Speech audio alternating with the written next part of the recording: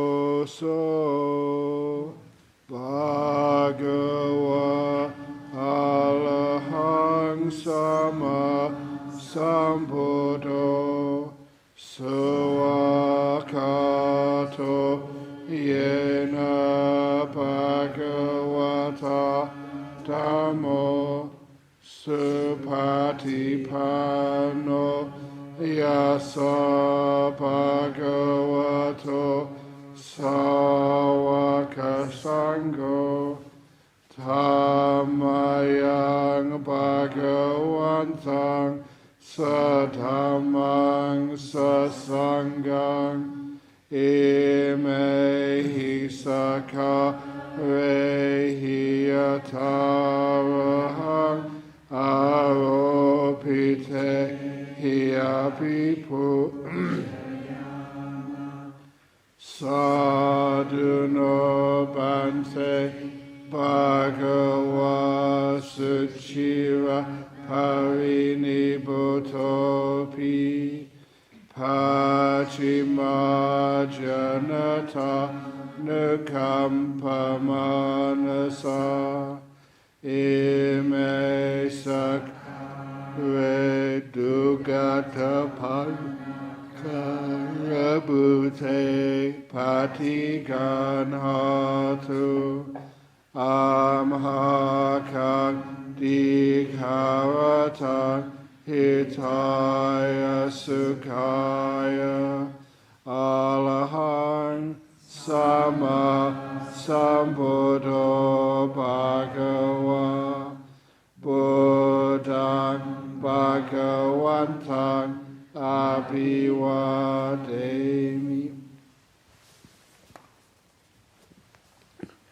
Suakato Bhagavata Dhammo Dhammang Namasami Supatipano Bhagavato Sawaka Sangho Sanghang Namami Namo Tassa Bhagavato Arahato Samma Sambuddhassa Namo Tassa Bhagavato Arahato Samma Sambuddhassa Namo Tassa Bhagavato Arahato Samma Sambuddhassa Iti piso Bhagava Arahang Samma Sambuddho Vija Charana Sampano Sugato Lokavidu Anuttaro Purisa Dhammasarati Sata Deva Manu Sanang Buddha Bhagava Tamahang Bhagavantang Abhipujayami Tamahang Bhagavantang Sirasa Namami Suakato Bhagavata Dhammo Sanditiko Akaliko Ehipassiko Opanayiko Pachatak Veditapo Vinyuhi Tamahang Dhammang Abhipujayami Tamahang Dhammang Sirasa Namami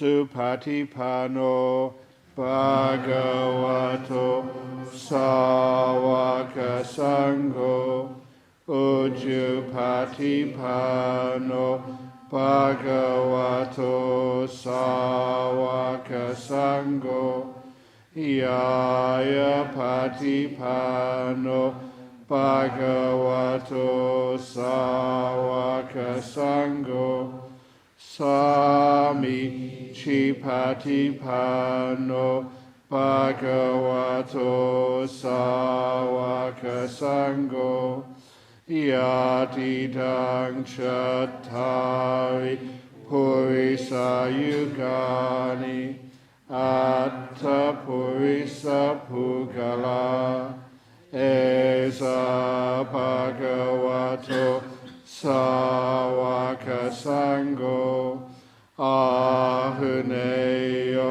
Pahuneyo Dakineyo Anjali Karaniyo Anutarang Punya Ketang Lokasa Tamahang Sangang Abhipujayami Tamahang Sangang Sirasa Namami.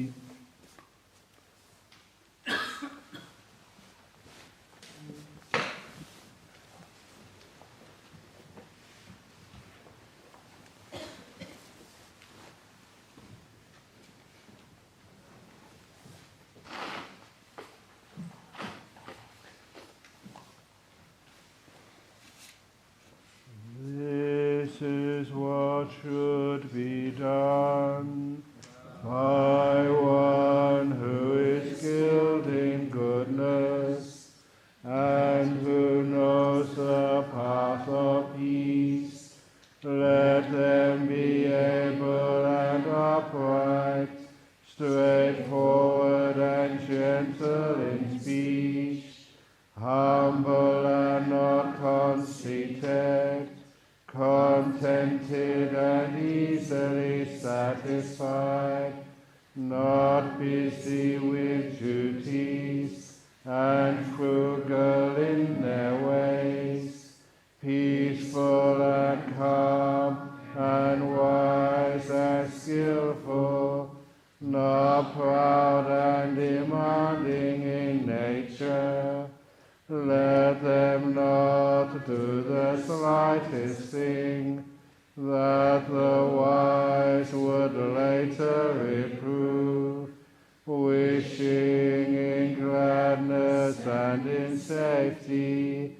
May all beings be happy, whatever living beings there may be, whether they are weak or strong, omitting none, the great or the mighty, medium, short or small, the seen and the unseen, those living near and far away, those born and to be born. May all beings be happy. Let none deceive another, or despise any being in any state. Let none through anger or ill will wish harm upon another, even as a mother protects with her life her child, her only child. So with a boundless heart should one cherish all living beings, radiating kindness over the entire world, spreading upwards to the skies and downwards to the depths, outwards and unbounded, freed from hatred and ill will, whether standing or walking, seated or lying down, freed from drowsiness. One should sustain this recollection. This is said to be the sublime abiding, by not holding to false views. The pure-hearted one, having clarity of vision, being freed from all sense desires, is not born again into this world. Sadhu, sadhu, sadhu.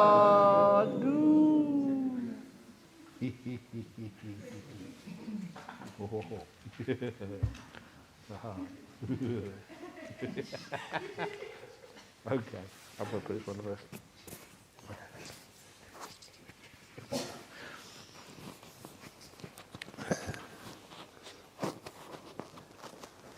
Excellent. No questions. I'm going to try and discipline myself and finish them today.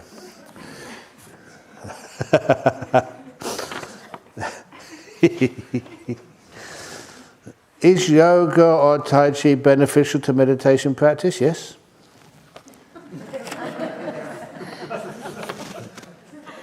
Oh, no, it's your fault I don't answer them all.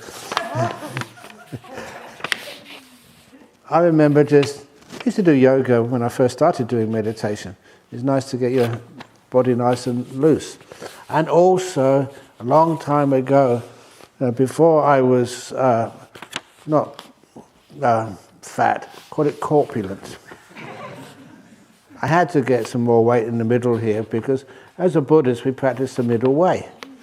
And it's called like gravitas. If you're a leader, you've got to have gravitas. And so, but anyway, I do remember when I was really young and really fit, I did a lot of hard work, and I remember mixing concrete for the foundations for the wall of this monastery. I was really working hard because the concrete was going off, it was going hard too quickly. And you had to get all the steps just right. And I knew I was going to wreck my back, but it's a weird thing that you always want to do things which are right for other people. I kind of a bit of a sacrificing myself, but I never realized just the danger I was in. And afterwards, a couple of days later, I couldn't sort of make my back straight. And it was like yoga, what we call the cobra pose. You lay on your back, you push your hands up and you bend your back up. That felt so lovely, and it actually healed the problem with my back. And it was wonderful to be able to do that, so thank you, yoga. Can jhana also be attained through an act even of listening to the Dhamma? It's achieved, or it's experienced through letting go. That's important. And sometimes listening to the Dhamma, sometimes it really gets to you. Okay. There was this little novice monk. Oh, my stories, but I haven't said much yet. This novice monk in Wat Papong years ago.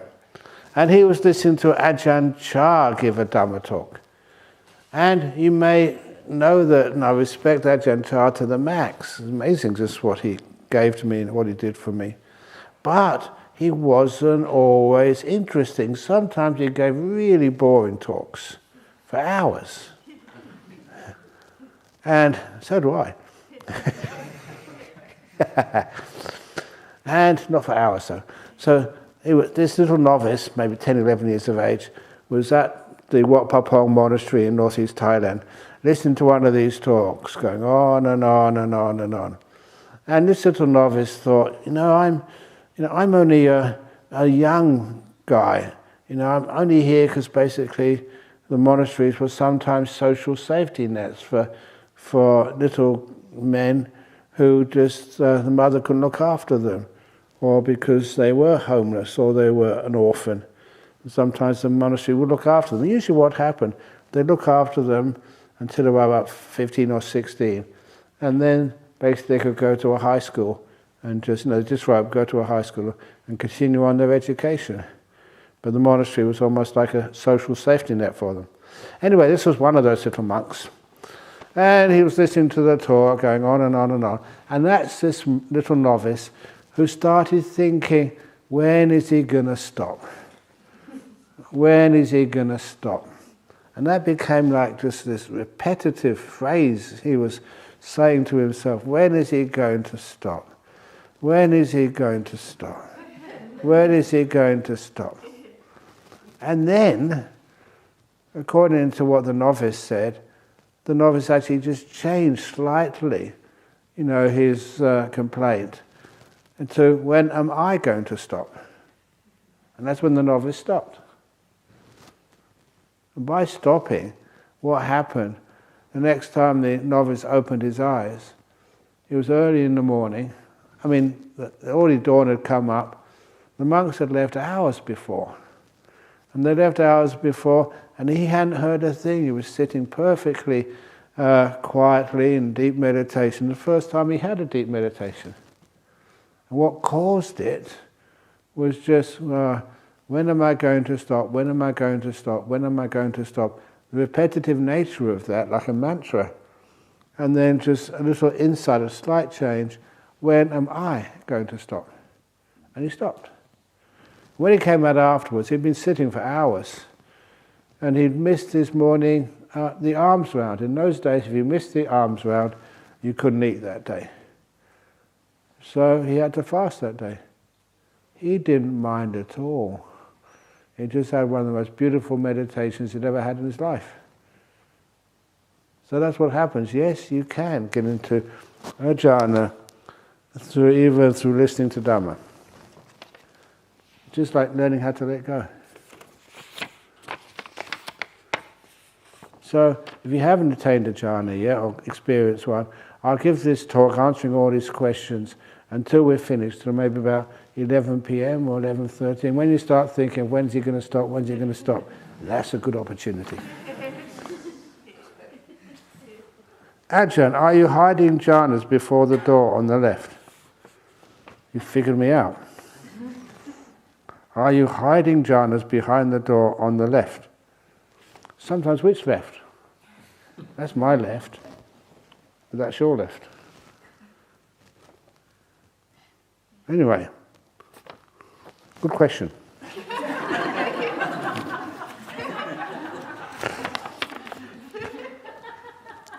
Today, when you reminded me to trust the mind, I realized I don't always trust it. How do we learn to trust our minds more fully? Is it a matter of making them so beautiful that it becomes easy to fall into the minds? Is metta a good way to develop that beautiful mind? Yeah, of course. Metta is a lovely thing to develop, and I was telling someone earlier that when you develop metta meditation, look, there's only one type of meditation, just letting go. But metta is a beautiful way of letting go. So, just may all beings be happy and well. May I be happy and well? May I let go of controlling? You find controlling just makes everything worse. It creates the tightness of this monastery. Look, do I control this monastery or this retreat center? Sometimes I've asked senior monks, their monasteries, do you control this? No, I just give the image I'm controlling it, but I know I'm not. Do you control Anukampa? No, you might as well admit it. You don't control it. Okay, well, there's going to be a story coming now. But it's one of the nice stories. But it's from not a really appropriate place. This story is from the Art of War, the Chinese Art of War, that volume. And there was one of the generals in the imperial army who had the best discipline of all the regiments in the imperial army. And the emperor was just so impressed with him. The soldiers would always do what they were asked to. And so the emperor just wanted to praise him, but also ask, how come? How come that your troops always get up really early in the morning, sometimes before they're supposed to get up, and they train really hard, and that when it's time to go into a battle, they just run in there, they just not afraid of being injured or hurt or killed. They're just so loyal and just so fierce and so tough. And how do you train them like that?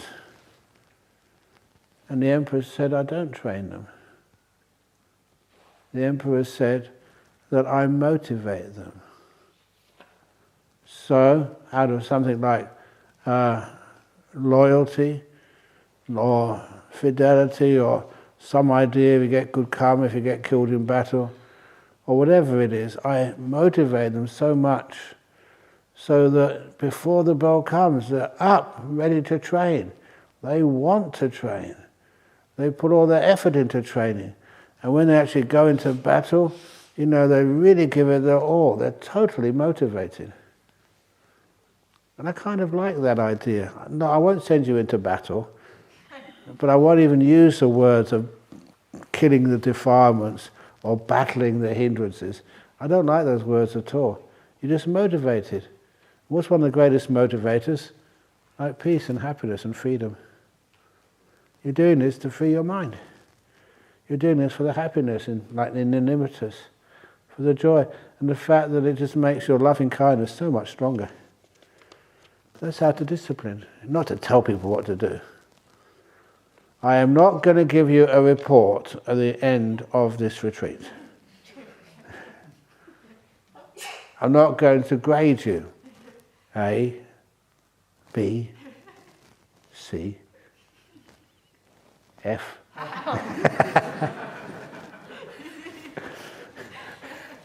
What does F mean anyway? I like telling this. F means fantastic. E means excellent. D means delightful. C means cute. B means, I don't know what A means. A means arrogant. Turn it all around. Anyway, I answered one already.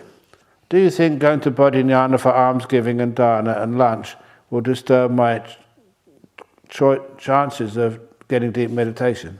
Nope. I go there for dana and lunch. It doesn't destroy my meditation. So I check it out first of all before answering.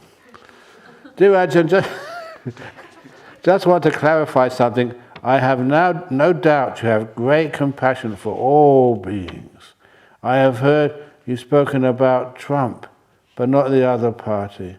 A friend of mine from the US is currently depressed because her best friend, oh my goodness, was stabbed in his heart and died last year.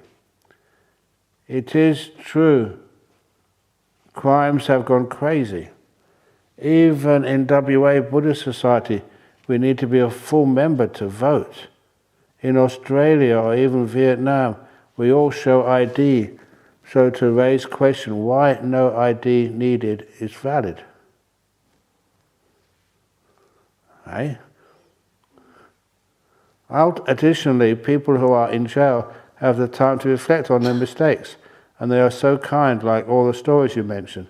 But when they are not caught, some still keep doing it.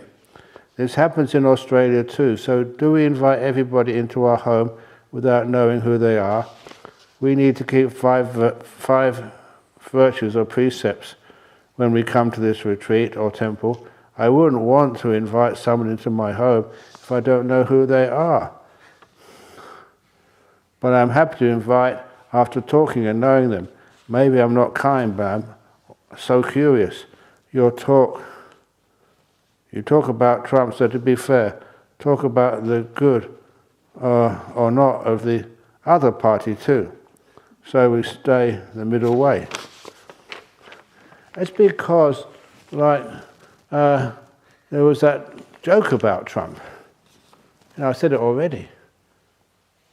Do you remember assassination attempt? And he survived because someone said, Donald Duck.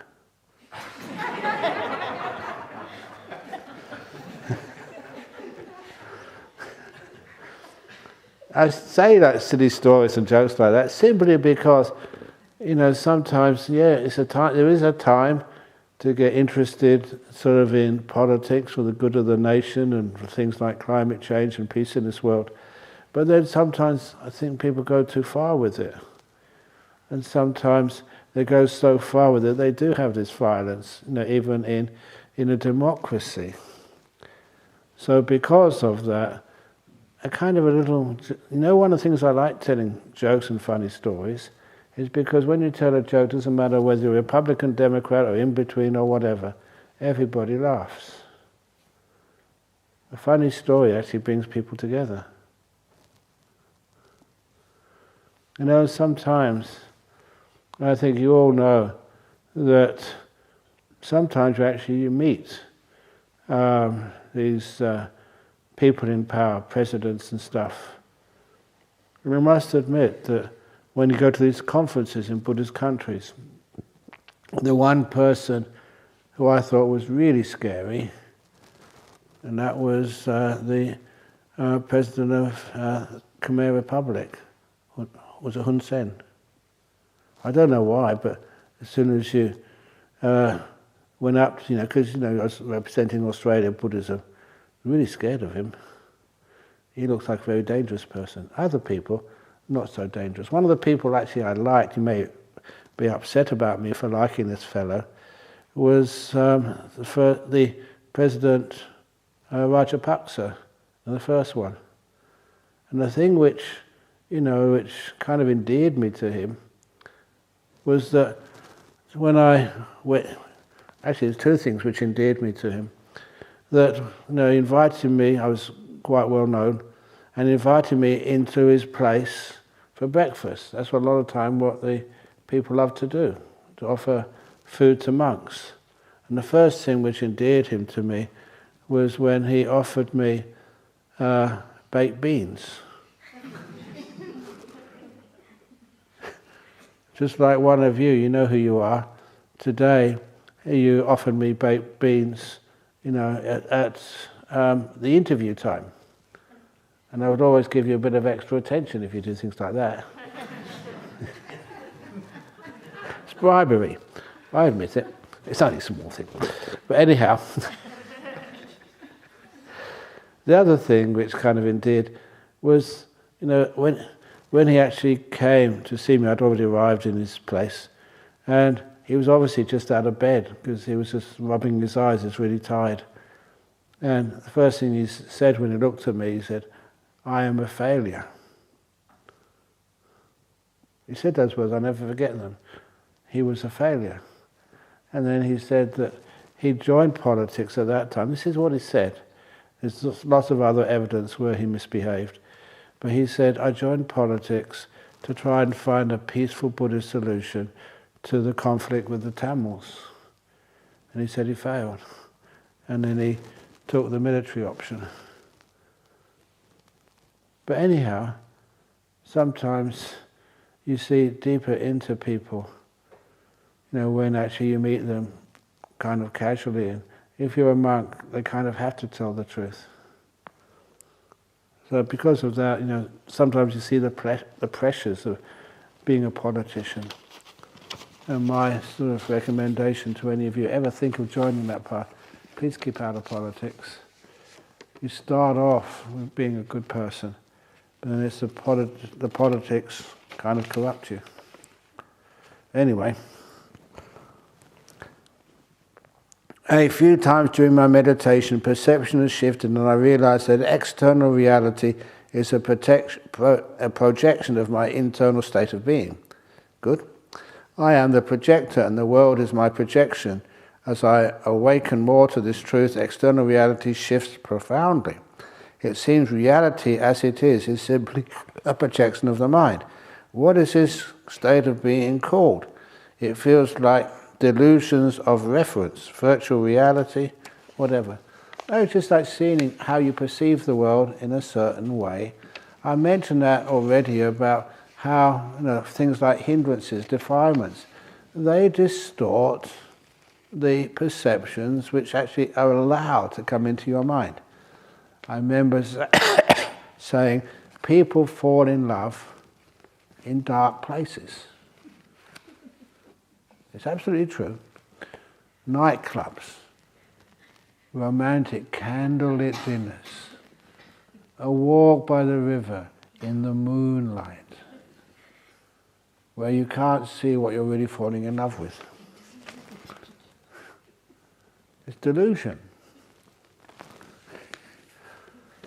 If there was really bright sunlight and not much dark, say in Antarctica, in the Antarctica in the summertime, when the sun goes down, what time? It doesn't go down at all. They have this phenomenon known as the midnight sun. I remember doing that as a kid when I went over to Norway for summertime. And it was crazy, just all the day the sun just went around the horizon. Never went up, never went down. It just went round. And that's one of the reasons that it was, the time meaning was a bit crazy. You didn't know when you needed to get up, when was dinner time, when was lunchtime. It was interesting to have a retreat over there because there's no noon and there's no dawn. Sometimes you can meet all the time as a monk. If you have a retreat, there's no rules. Whenever you want to go and have lunch or dinner, kitchen's open, it's within the rules. I've argued that video point over with Ajahn Brahm. So anyway, a projection of the mind. But why do we have these rules anyway? Just for simplicity. Imagine you had to have a dinner. No, you have breakfast, lunch, dinner, supper, and midnight snacks. Oh my goodness. The poor cooks will be having to work all the time. And you might end up just like that group I support over in Singapore, the Buddhist Fellowship. You know what happened to them? They had a retreat over in Malacca, in Malaysia. And while they were in Malacca, they couldn't resist going to the hawker stalls in the afternoon and evening. They told me what they were doing. Well, you're running this retreat, it's up to you. But anyway, this temple, they went out in the evening for the hawker stalls to get something nice to eat. And apparently, that when they came back, the temple was locked up. They're all locked out for the night. And so they had no choice but to ring up the president of this temple. Was it Koksay Inn in Malacca? Anyway, it was a nice temple. And the president of the temple had to get out of bed, he's the only one with the key, and actually open the temple so these Singaporeans could come in. And they were caught out getting back late at night. And they're supposed to be my disciples. I was very embarrassed.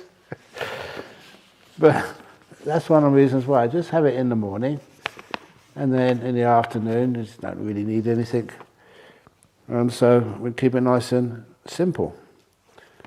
Why do we have these rules? Just basically for simplicity. In the early days, people didn't have 3 meals a day. We had 2 meals a day, in the morning and in the evening. Earlier than that, if you look at history, people only had 1 meal a day. And that was usually when they came back from work in the fields. They didn't even have a breakfast. The only meal was when they came back and had just a nice meal in the evening. Before that, human beings only had 1 meal every 3 or 4 days. Whenever they could catch a mammoth or a dinosaur or something. Because I remember when I went on a fast, I was a Buddhist but just a layperson, and I asked my GP, fasting, is that healthy for you? And he said, look, in the history, this human body is built, to store a bit of food and to do without food for a few days. It's not really a problem. He said, as long as you keep well hydrated. That was important. So that's why we have just the food in the morning time here. Is that okay for you? Okay. If I don't think and don't will, how do I function in life? You don't. That's why you get fully enlightened and leave samsara.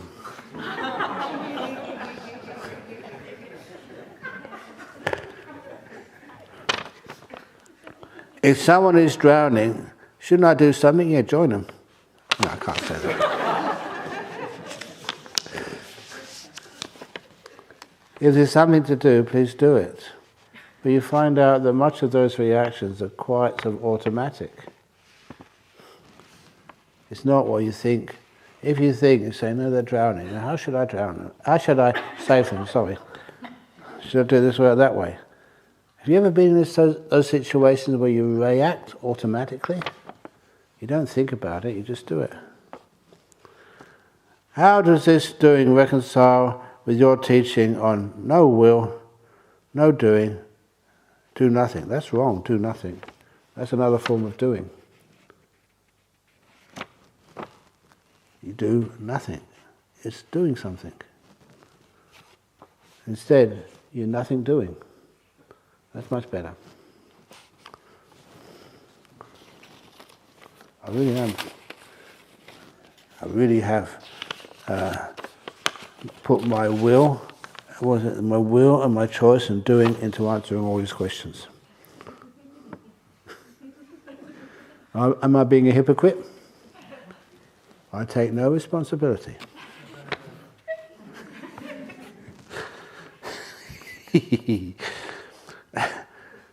During one of my meditations, I became one with all existence. There was deep joy in being, but also there was the most profound loneliness.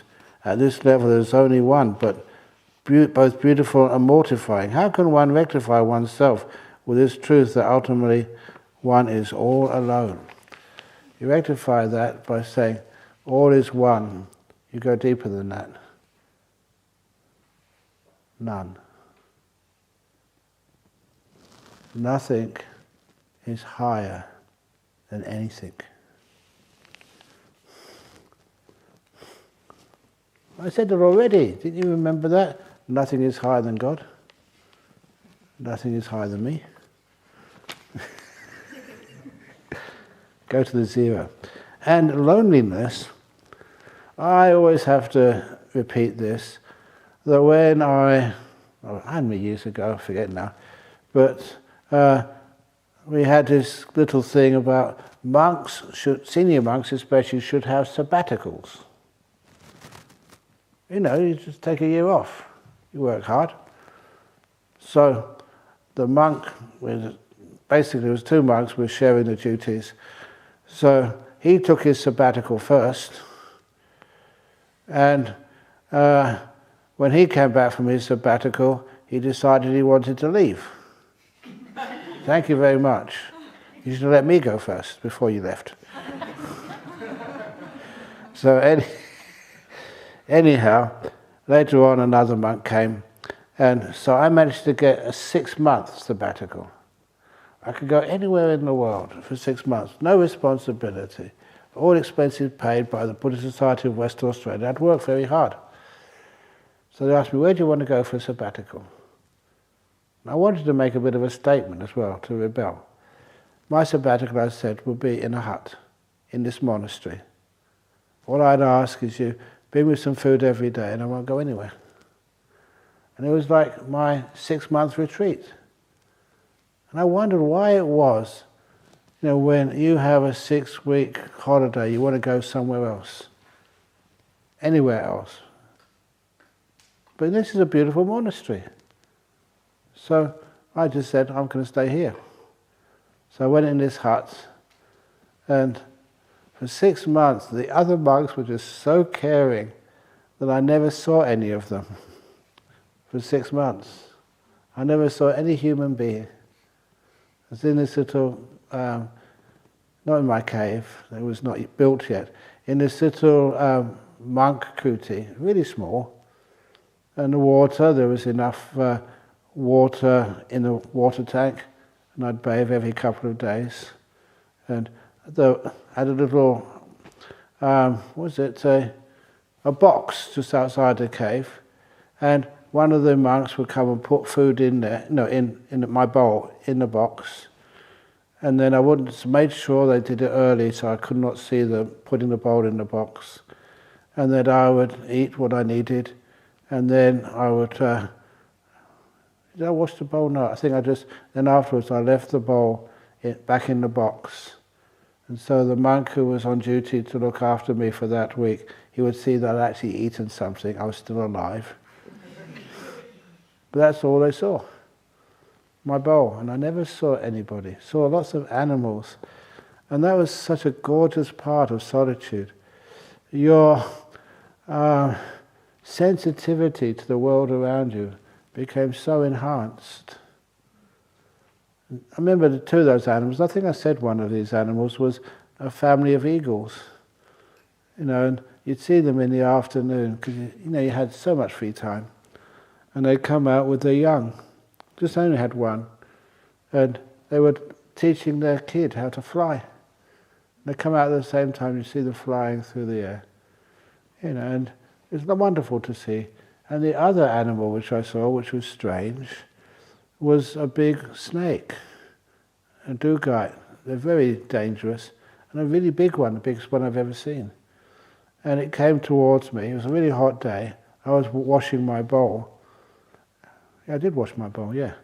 And I was washing the bowl, and it came right towards me, and I just looked at it and said, "Oh, carry on." And when I turned around again, I was busy washing my bowl. I didn't want to be disturbed by a snake or by anything. And when I turned around again, it was shading itself. It was a hot day in the summer, and it was shading itself along the wall of my kuti. And I built those, so I knew exactly the dimensions. It was 3 meters on the external, 2.4 inside, and another 320 because we're using bricks. So it was 2 walls, just over 3 meters long.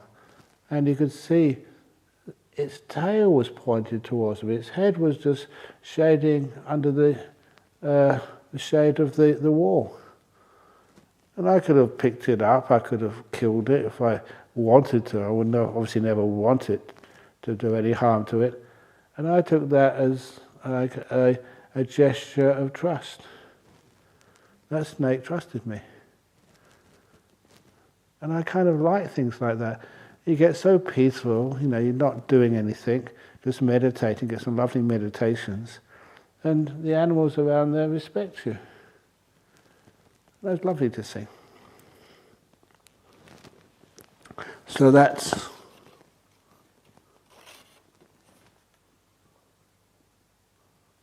I wasn't lonely. I couldn't. I would have loved it to carry on, but the loneliness is not realizing you're always with your best friend. That's you. I was never alone.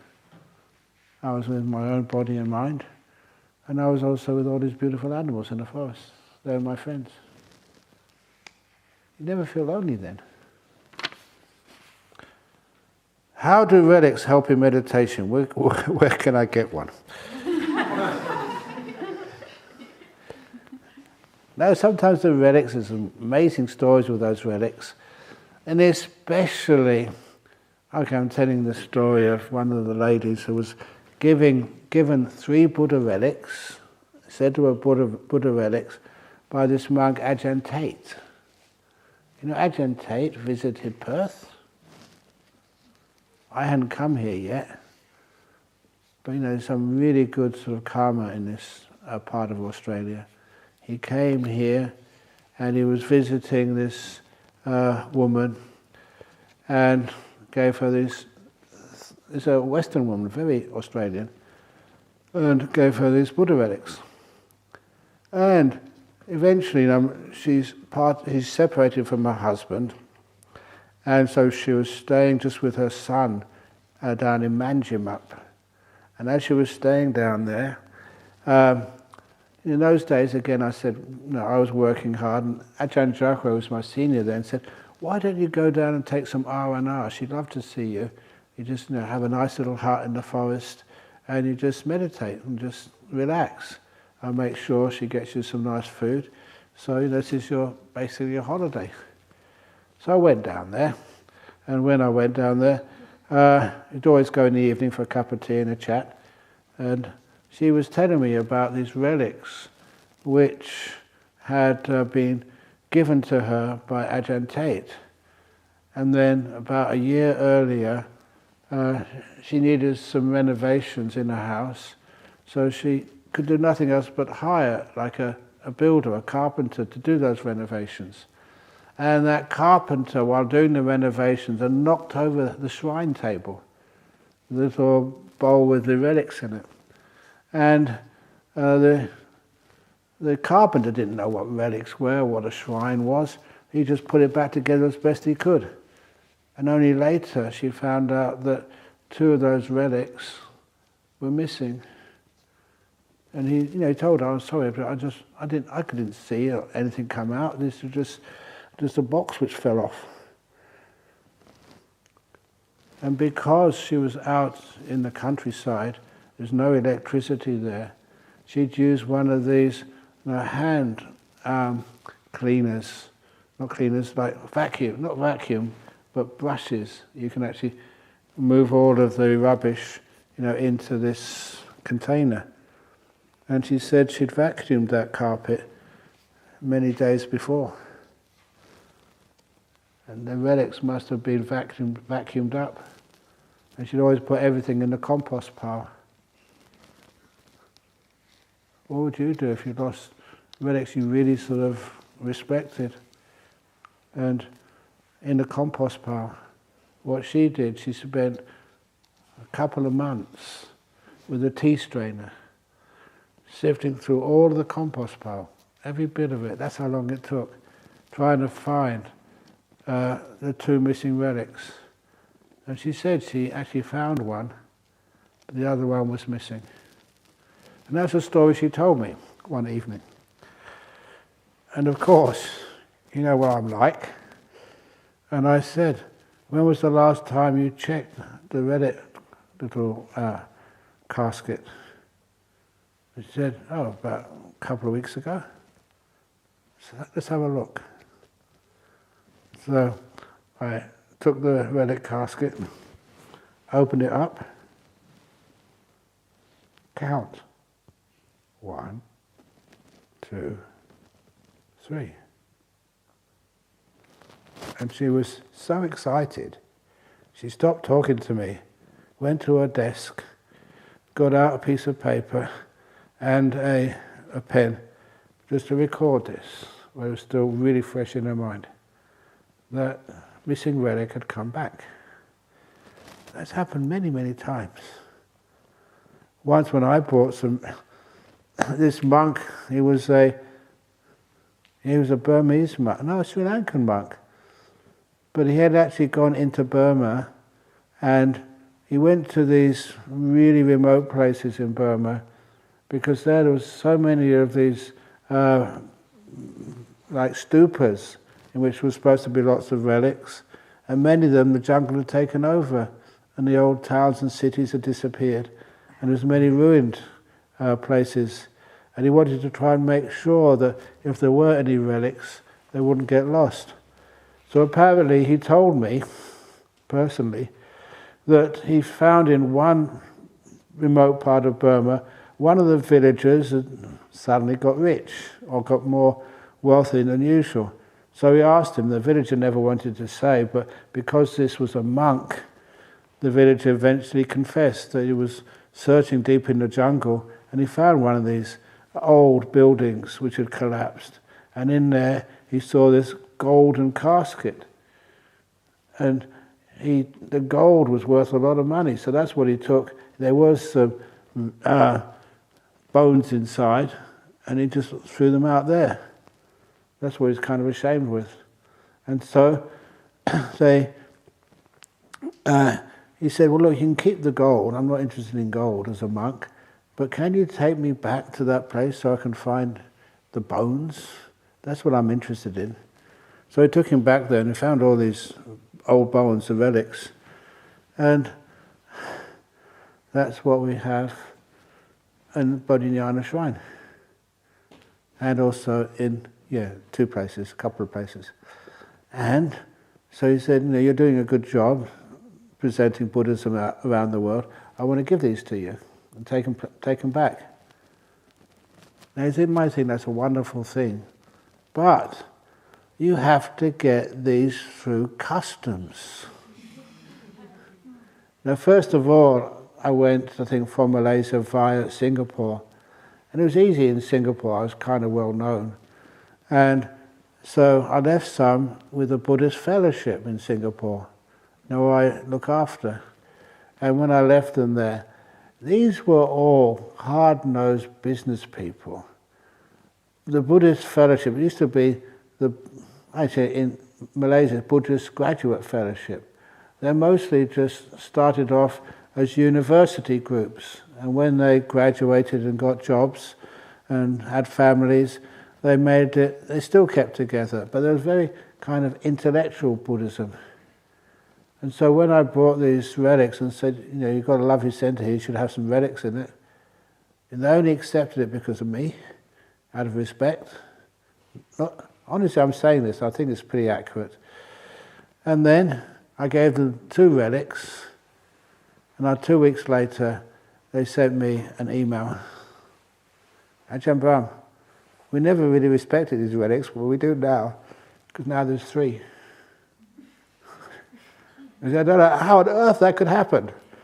Everything was sealed tight, the place was locked, all the places where they were in these cupboards with the glass in the front, with other Buddha statues, and there's 3 now.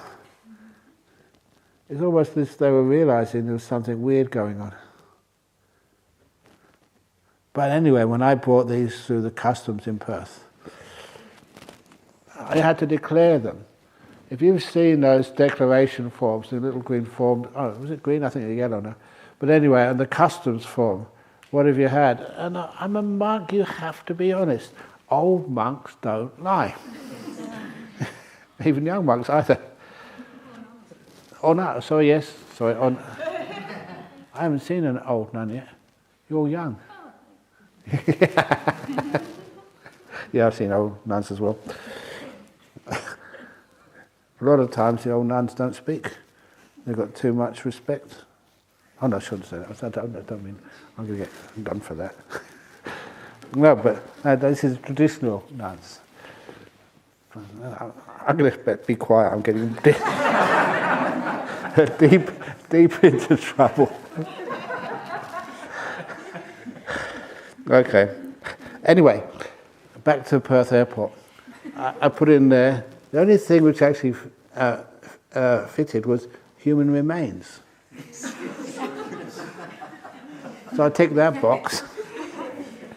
And when I ticked that box, the guys looked at me, human remains, what have you got? So I took out all these, they were very well presented in beautiful little little glass stupas.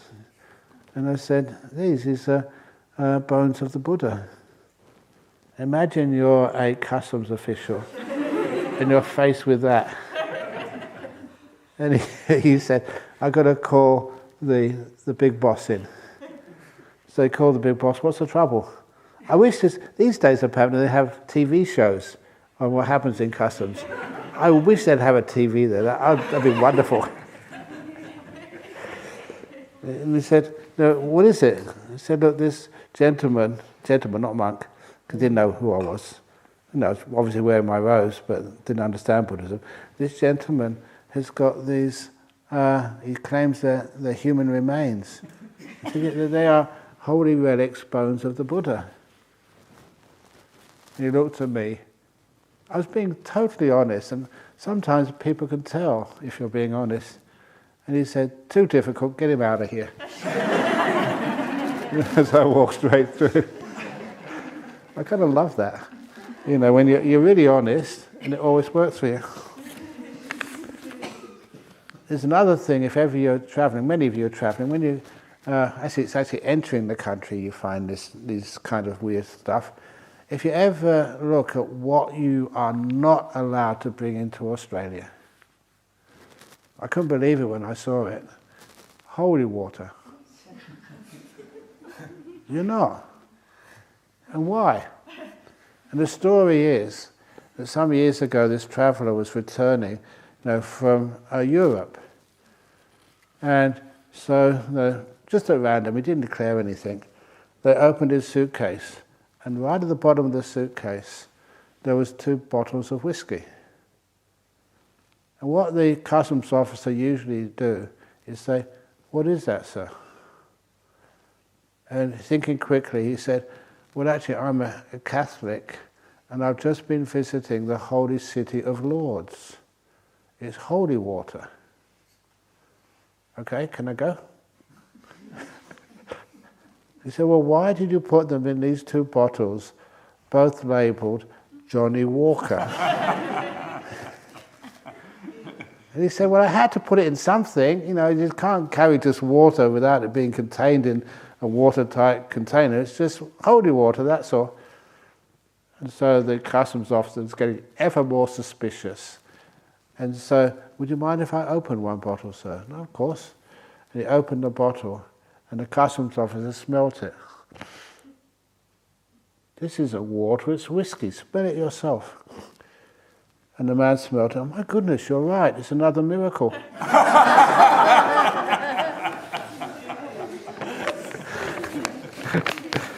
That's what happens with holy water. You can't trust what it turns into. Okay, that's an old joke.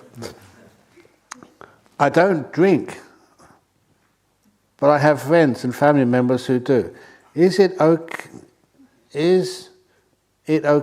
to, but then alcohol, but alcohol, if that's what they ask for, or does buying alcohol even for others weaken the 5th precept? Of course it does. You're encouraging others to drink. So, that was a problem for me when I was a student. I decided to become a Buddhist, to be a Buddhist and practice as a Buddhist, so I decided to keep the 5 precepts and not drink alcohol anymore. And I thought that was a big sacrifice. I thought I'd never be invited to any more parties. How wrong I was. I was invited to more parties. They needed someone sober to drive them home. And also you don't feel right in offering alcohol to anybody. Even in, I don't know, were you there then? There was a group of Thais that they had this idea that whatever you offer to monks, especially good monks, your deceased parents or grandparents get it up in heaven almost straight away. So often, those of you who've been there, so many people come, they're offering you all sorts of stuff, thank you, and you pass it down, you receive it and you pass it down. And many of the lay people, many of the lay attendants there have to take all this stuff down into the kitchen. And so this was happening one day, and I received so much stuff, on behalf of the Sangha Dana. And then one of the Anagarikas came up with a really cheeky smile on his face. "Ajahn Brahm, do you realise what you've just received?" And there's a big bucket of things like soap and toothpaste and other sort of household items. And right in the middle, hidden right at the bottom, was a bottle of Johnny Walker whiskey. "Ajahn Brahm, you have received a bottle of Johnny Walker whiskey." Totally unintentional, because it's hidden right in the bottom. And that's sometimes what they try and do, to try and follow that, not a ridiculous principle. Whatever you offer to monks, people who really like the Johnny Walker whiskey would have died, because of the whiskey probably, that they'll get it up in heaven. So I had to take it down to the kitchen and told the Anagarikas, "Pour it out." And they poured it out in the sink. And they looked at me, "Do we have to?" "Yes." "Can't we give it away somewhere?" "No." So they threw it away. But look, according to even the traditional ideas of karma, you don't have to give like for like. if you're making merit to give some gifts to a deceased relation, you don't have to give them whiskey. Instead, you just make a donation to the monastery, and then they get credit and they can get whatever they want.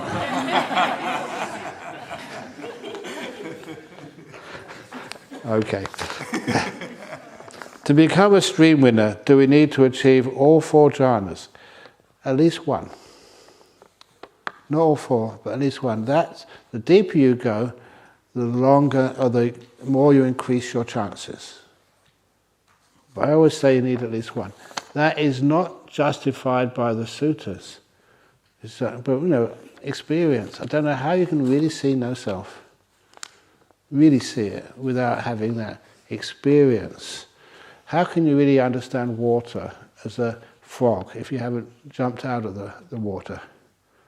You can think you understand, but you don't. How can we identify if we become a stream winner? With great difficulty. And the reason this is no joke, this is serious. Because sometimes so many of the defilements and hindrances have gone, and then you have to wait for a while, see if they come back again. The simile which I use, like a great explosion in the mind, metaphor, and so many of the buildings, so many of the defilements, hindrances have been destroyed. But you don't know exactly how many and how totally until all the dust settles. When the dust settles, then you can check if anything's left. Okay, sorry, but this is another story, but it's a good one. My 6 rains retreats. This is actually when I became enlightened. Oops. Would you like me to continue?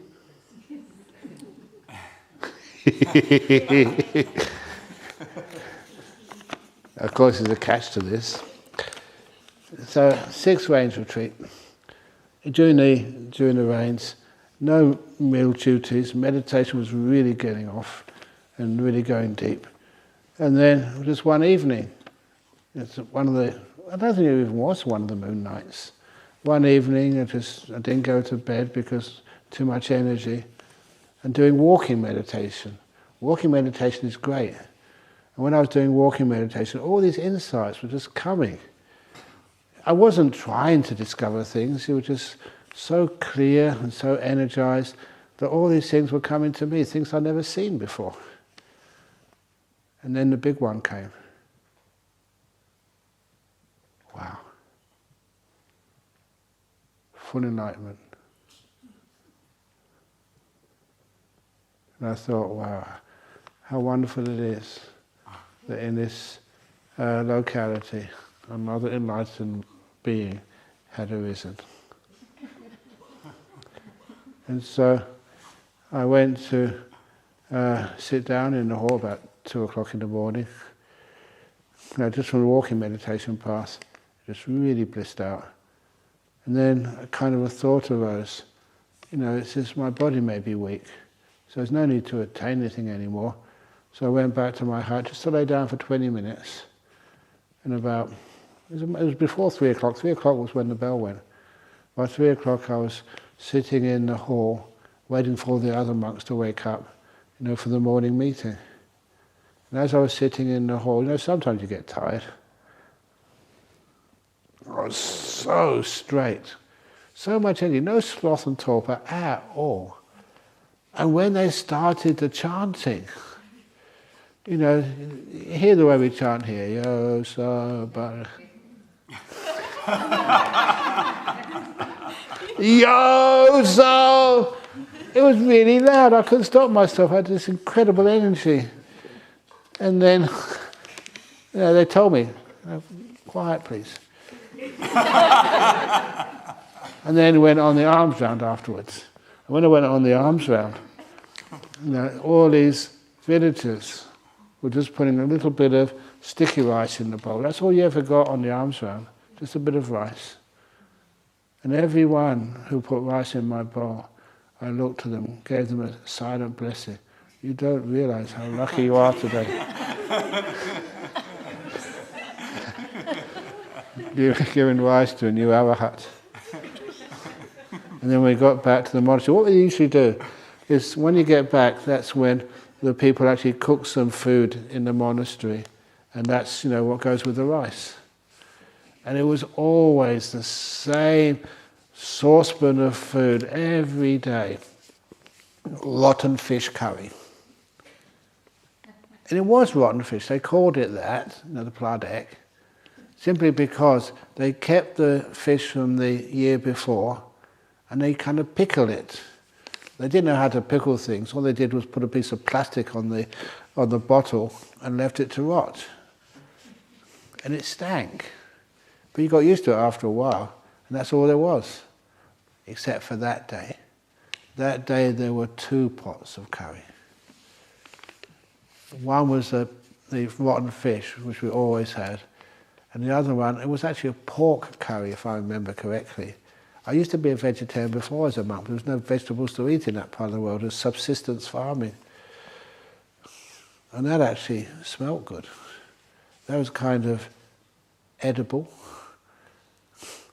And so I thought straight away, my assumption, the heavenly beings were celebrating my enlightenment. I just thought that. Just how arrogant you can be. And then, after we'd given the blessing, received all the food, then usually the head monk would take his first and then pass it down. I was number 2 monk at that time, 6 years as a monk. Actually, my 6th year. And I couldn't believe what he did. The head monk, he was a local man. He'd grown up in that village. He knew that food. But he never took any of the rotten fish curry. He took this huge 3 or 4 ladles of the pork curry, put it all in his bowl. No one could eat that much. And what he did next, though, was just unforgivable. He took the remainder of the pork curry and poured the whole lot into the rotten fish curry, and with the ladle stirred it all up, saying, "It's all the same, it's all the same." How can you do that? If it was all the same, why did you take yours first? That's actually pretty much describing how I was thinking. And then it kind of hit me, the insight. Enlightened beings don't worry about what they eat. They certainly don't get angry. And I realized, oh my goodness, I wasn't enlightened after all. It was really nice when it lasted. And so I had to keep going. I don't know if you've experienced that. It's one of the most depressing things you can ever have. Think you're enlightened and find you're not. So anyway, that's my enlightenment story. And that's how you know afterwards. Something comes up to disturb you or upset you, and you realize those hindrances, defilements are still there. Why do we have stupas? I heard you should circumambulate them clockwise, not anti-clockwise. Why is this? Should there be a sign for this? Yeah, you keep your right shoulder towards them. And that's usually what you have to do.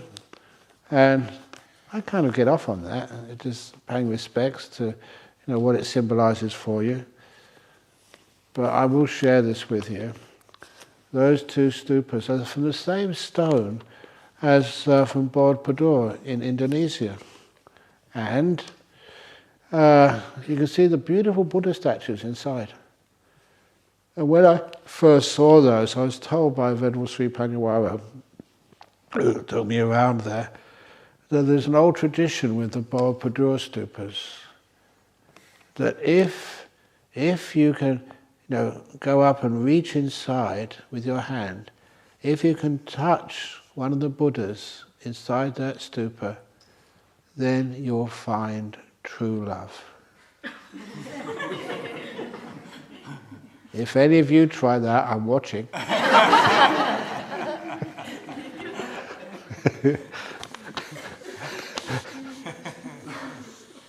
Have you found true love yet? The love of the Buddha. Not sensual love, that's ridiculous. But anyway, dear, wise and funny Ajahn Brahm. Okay, I'll accept that. I am chronically exhausted from forgiving the same people again and again and again. I'm so tired that I keep falling asleep when trying to meditate. What can you recommend to help keep the forgiveness stock replenished and the mind rested to meditate? If it really is forgiveness, you only forgive them once, then the problem's gone. But when you do forgive them totally. And usually you don't ever meet them. You don't have, are those friends actually on the retreat with you? Just let me know and I'll... No, it's usually, you don't have to keep forgiving the same people all the time. Usually if they really are hurting you, giving you a hard time, there's so many other wonderful people in this world. You can come and join our Buddhist Society, migrate to Australia and have a wonderful time. Or just there's so many other lovely people in this world. But if you forgiving the same people again and again, that doesn't make any sense. One forgiveness is enough. And just make it sort of pretty good. We haven't done a forgiveness ceremony here right now, but many of you see me do forgiveness ceremonies. Isn't it the case for our, say, bhikkhunis here? If I gave you forgiveness, what do I usually say? I forgive you for whatever you've done in the, by body, speech or mind, intentional or unintentional, in the 3 time zones. I always mention that, the 3 time zones. I forgive you for whatever you've done in the past. I forgive you for whatever you're doing now. And I forgive you for whatever you will ever do in the future. You are pre-forgiven. And that includes each one of you here. You don't need to ask forgiveness more. You just do it in one hit and you're free.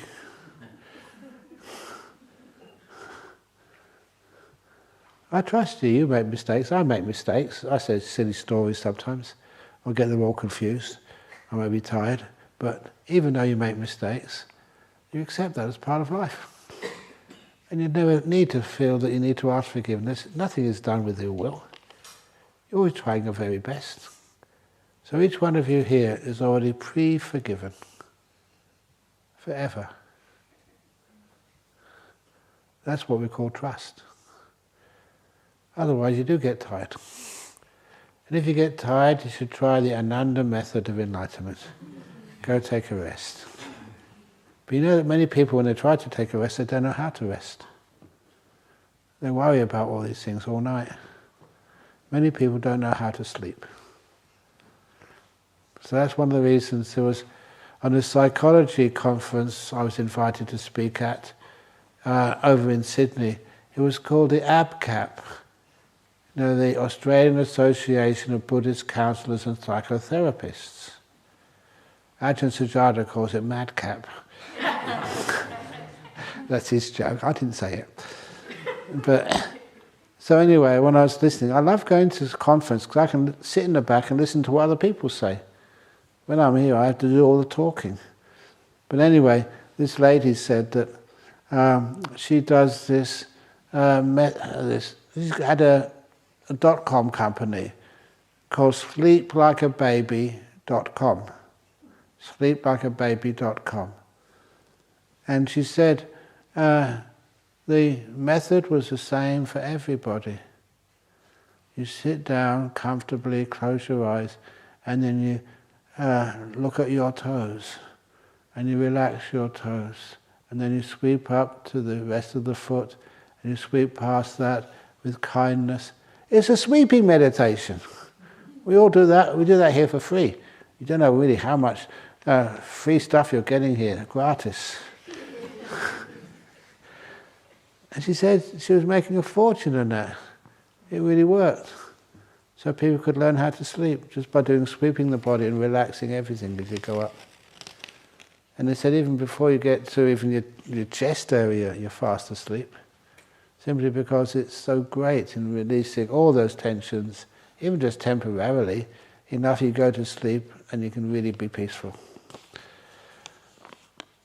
So, you keep falling asleep when trying to meditate, well, stay asleep. and then you don't get tired. Go into your room and sleep. Start meditating and just have a good rest. Anyway, forgiveness, you're already forgiven.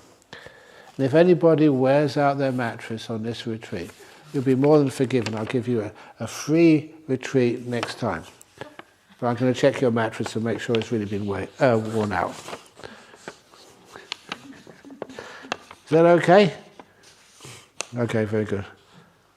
Is it okay to continue to adjust your body position, continue in meditation to adjust your body position as you go?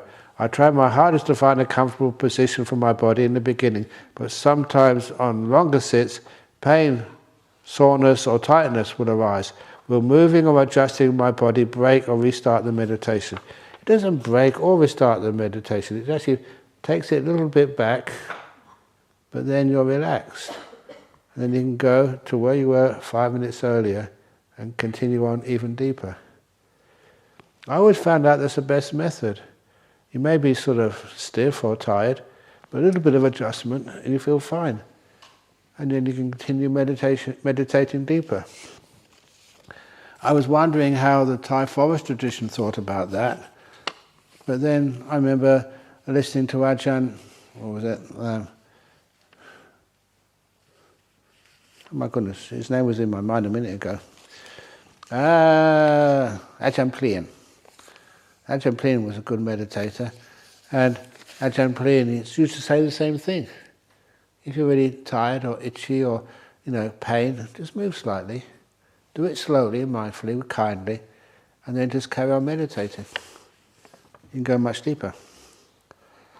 Buddha has revealed his past life experience and stories. So 550 of those. Why is it not okay for his disciples to do the same to inspire others? The reason why is, it's not just to inspire, you become a freak. People think, if you've got any sort of psychic powers, first of all they doubt it, and next they want to check up on it. So these days, we usually don't tell about any nun or monks sort of great experiences until they're dead. Then they won't be bothered. And same with past life experiences. Years ago, many years ago, when I was visiting my mother in London, just really close by was the Sri Lankan temple. And there was even Ananda Mangala and Dr. Sadatissa was there. And they wanted me to give a talk there, so I gave a talk. And one of the talks was titled, Rebirth. And I gave a lovely talk on rebirth. And then afterwards, they were introducing me to this young boy, he was about 16 or 17 at that time. And he was one of the subjects in Dr. Ian Stevenson's, I think, 12 cases suggestive of rebirth. And I talked to him, and the one thing I always remember, he said, I wish I'd have never done that, to tell people about my previous life. And I said, why? And he said, because he was still a schoolboy. And he got teased terribly by the other kids in his classes. And I've seen that so many times, that if you're slightly different, you just get teased. I remember even reading that, there's a review of, I think, a movie made about Arthur Conan Doyle. Oh, he's actually son of Arthur Conan Doyle. And apparently, Arthur Conan Doyle? Winnie the Pooh? Sorry? Oh, A. Mill. Okay, I got that wrong. See, I do make mistakes. But you've already forgiven me, haven't you? For past, present and future. So A. Mill. And apparently, when he was at school, he had a terrible time at school because they kept calling him Pooh Bear or Piglet or something. And he was always teased. And that was in those days that people used anything to tease you. So anyway, that's one of the reasons why. If it's going to be helpful, you can always say, I know a person, I know a monk. I know a friend. Okay,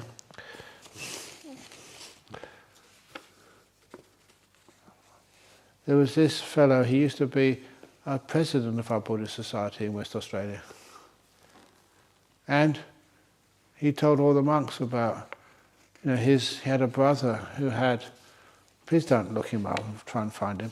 He had a brother who was having some psychological problems, and he thought, no, let's try hypnotic regression, that may work.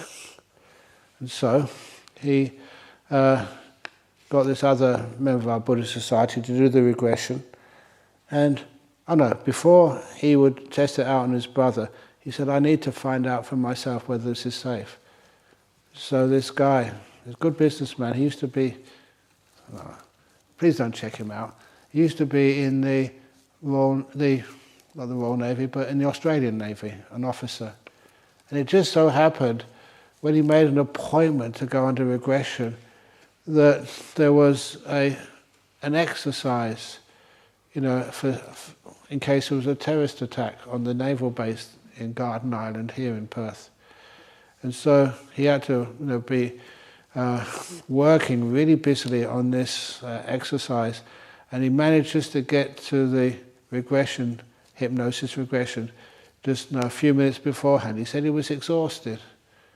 And he said because of his exhaustion, that was one of the reasons why he went into hypnosis really quickly. And they asked him about his previous life. And he just had all these amazing details. Like where he was born before. He was born in Ireland. This was a long time ago, was not split up at this time.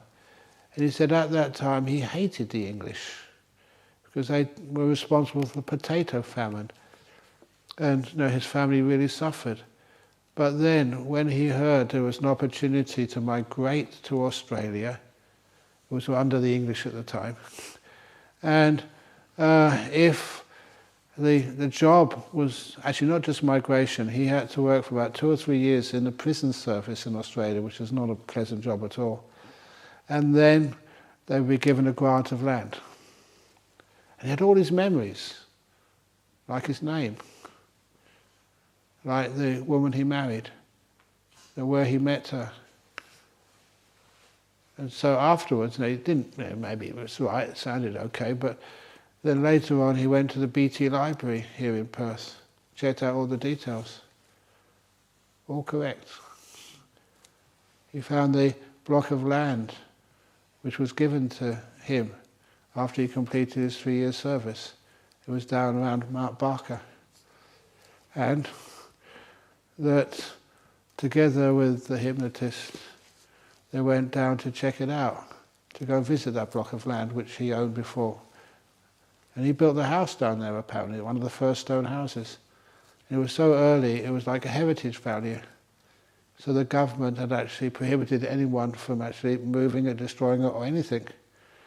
So when he went to see the farmer, the two people who, the hypnotist and this president of the BSWA, actually they're both presidents sooner or later, they were just some of the most trustworthy people you could ever imagine. One was a naval officer, the other, it was Dennis, Dennis Shepherd and Drew, and they both went down. They don't wear any beads or anything, they look just like ordinary people, and very respectable people.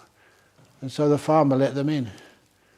And then when the person who'd been hypnotized, a naval officer, said, "Where's my house?" So it's over here. You can see the remains. That's not where my house is. It's up on top of the hill. And that's when the farmer got very upset. Wished he never invited these people in. Because it was correct. He destroyed that house. That was too good farmland. And he knew that was illegal. But they said they wouldn't tell anybody. It's me who tells people. But all was true. And even he actually, when he retired to the town of Albany. And I think his gravestone's there somewhere. Imagine visiting your own gravestone. It's all totally accurate. No doubt about that at all. All the records show it. What Dennis wrote down during the hypnosis, it all turned out to be 100% true. I think that should be enough to inspire you. But one of the things I don't mind, and you won't mind me saying, that when he actually had that and found out it was all true, he said he had no choice anymore. He had to keep the 5 precepts. As a naval officer, he had lots of free alcohol supplied. He just couldn't drink it anymore. I thought it was a really interesting consequence. He had to keep those precepts. No choice. Anyway, I feel as though my mind resists meditation, as it feels like it's wasting time because there are so many things to do. My goodness, there's so many things not to do. So give it priority. The mind is just confusing you, deceiving you. Look, you've known me for the last 6 or 7 days. Do I look happy? You've known me for longer. Am I a happy monk? Those of you who've known me, would you like to have my mind? Do you want to swap?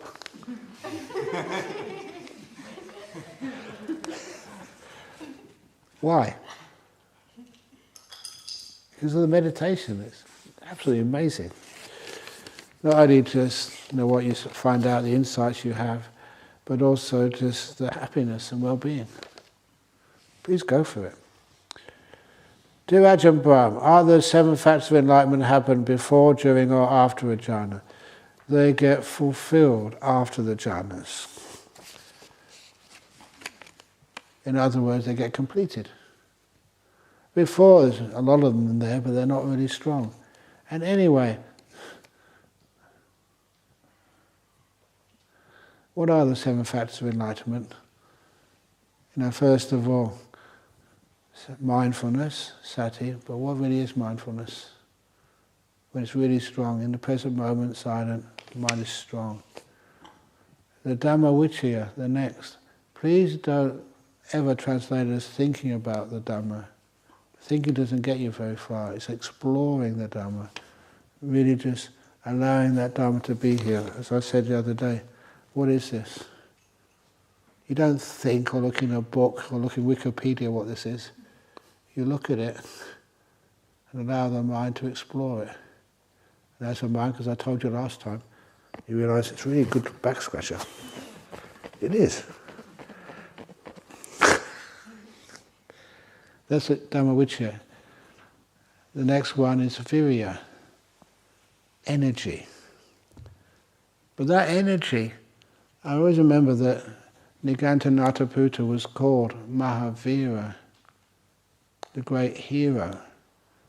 And virya in Sanskrit is so close to the idea of being a hero. And in those days, it was people who would run into battle without worrying about their own safety. It's not just energy, it's almost like heroic energy. In other words, in meditation, you're willing to just let the mind go towards that Nimmita, no matter, without any fear. You need to find out that heroic energy, and the heroic energy to find out just what these jhanas are. You have to put aside something, let go of something to really get in there. Let go of many things which scare you. Think, what's going to happen when these things disappear? I've got no safety mechanism. But the heroic energy allows you to do that. It's like, aren't you interested in truth? So you're willing to give up everything for the sake of truth and liberation. The next ones are the really nice ones, so the 7 enlightenment factors. Piti, the joy, the happiness. Passaddhi, tranquility. Samadhi, the stillness.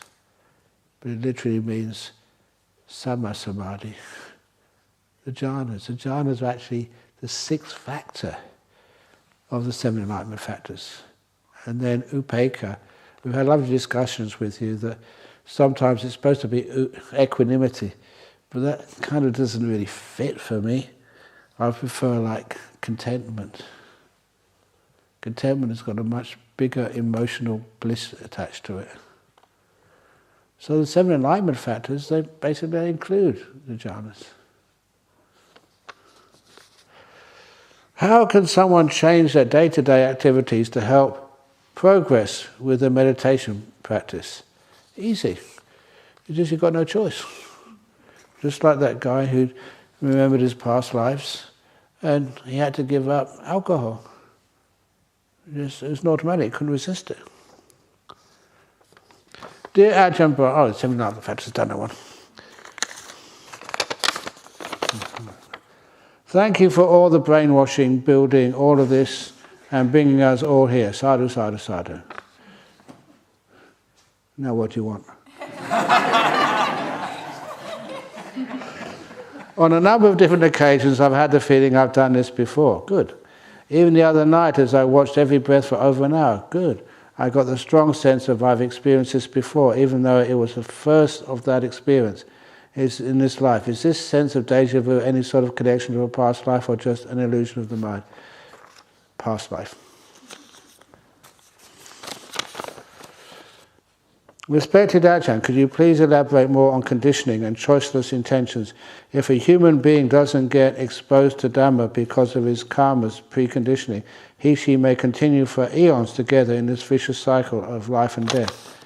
How to get the right view and conditioning? One doesn't have right causes and conditioning coming together ever. Metta, why are you here? Why have you stayed? Sometimes you listen to some teachings, there's something about it, or something about that person that just kind of, yeah, this is right. I want to explore this even further. And that's why I can see what happens. And that's, when I look weird. I don't know if I told you, I told many people, when I first became a monk, it was over in Bangkok. And I didn't know where I was going to stay, but give it a try. It was a good time in my life. I had a good degree, fit and healthy. I was free from a relationship for a while. And I thought, why not try being a monk? So I ordained as a novice monk first. And I remember the nightmares I had for the first 3 nights. I had nightmares. I didn't usually have nightmares. But my nightmares were really weird. My nightmare was that I was a layperson. Oh my goodness, I'm a layperson. And then I looked at the robes next to my bed. I'm a monk. It was like, I made it. I'm a monk. And I closed my eyes and had a really nice deep sleep. That's honest, 100% honest. And that happened 3 nights in a row. I never came back again. It was telling me that, this is something which I really wanted to do deep down, what I inclined towards so deeply. So that, was certainly just past life. What actually is a Nimmita? Is it a light enough field of vision? No. Can it be auditory? Yes. But no, it's not really listen for your ears. It's a mental experience done through the 6th sense of the mind, but it's how you perceive it. We do not have a very good language for the mind. So we interpret these mental objects like what's your dominant sense? Usually sight. So that's why when you go to the airport, what do they do to recognize you? They ask you to speak and then we can find out if you're the person you say you are. Or do they actually just look at your photograph on the passport page? You're recognized mostly by your photograph. And so because of that, the sight is often the most used of the 5 senses. So we use the language from sight to interpret these or perceive these nimittas. That's why most people see them as a light. It does not matter what color it is. yellows, blues, greens, or whatever. There's even this one guy, he said he saw a black Nimmita. I've never seen black Nimmitas, but he said, yeah, I was kind of doubtful. Can you have a black Nimmita? Please describe it. He says, the most beautiful black I've ever seen in my life. It's more black than black. It was like shimmering. It was like satin, but not satin, more beautiful than that. And okay, you can stop now, that's a Nimmita. And so you could see it, the colour is how you perceive it. It's not what it actually is.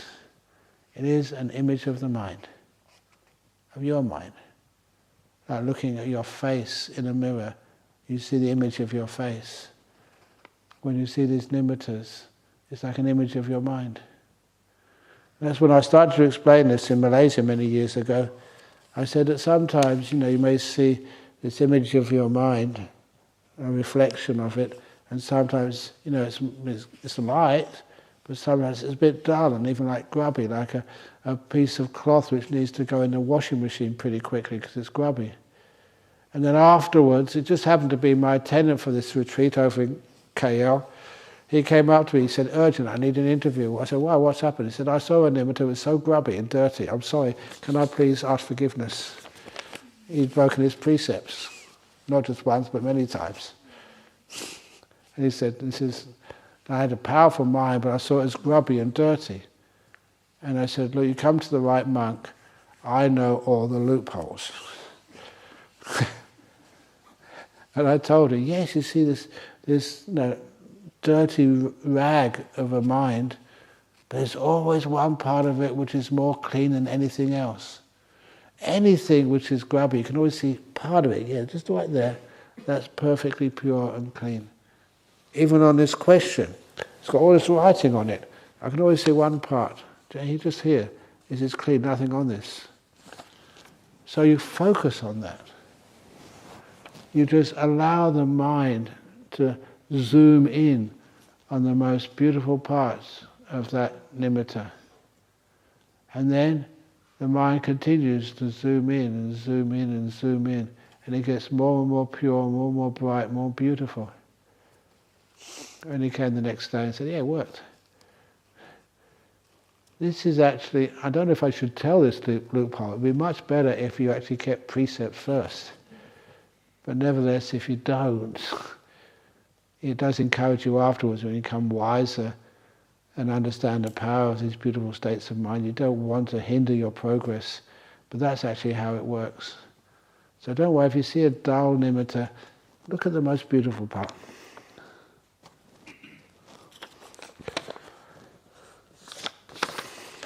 Dear Ajahn, do gods, goddesses experience pain, suffering in the upper realm? Yes.